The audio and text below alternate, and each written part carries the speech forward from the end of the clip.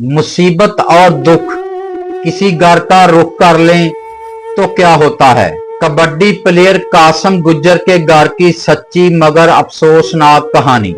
कई साल पहले कासम गुज्जर के वालिद की दोनों टांगें शुगर की वजह से कट गईं। वो मजदूरी की जिंदगी गुजार रहे थे।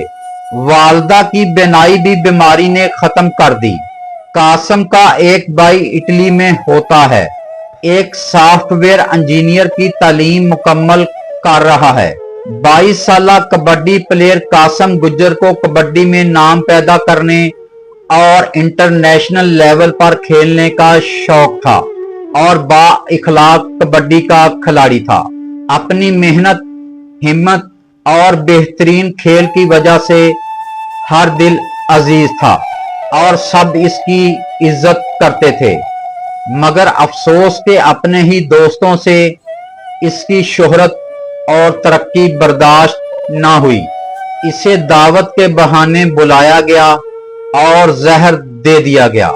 इन्हीं जालिमों ने कुछ देर बाद के जहर असर कर जाए 1122 और पुलिस को फोन किया और खुद ही दोस्त की मौत पर चीखें मारते रहे।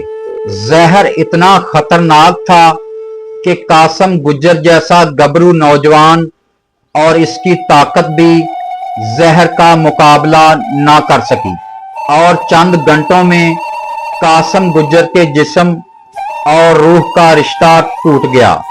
दुआ है कि अल्लाह करीम कासम गुज्जर के दर्जात बुलंद फरमाए, बूढ़े वालिदैन और अहले खाना को सब्र जमील अता करे। ताज़ा तरीन इतलात के मुताबिक कासम गुज्जर का एक दोस्त गिरफ्तार हो चुका है, जबकि तहकीकात और तफ्तीश जारी है। जल्द जरूरी कार्रवाई अमल में लाई जाएगी।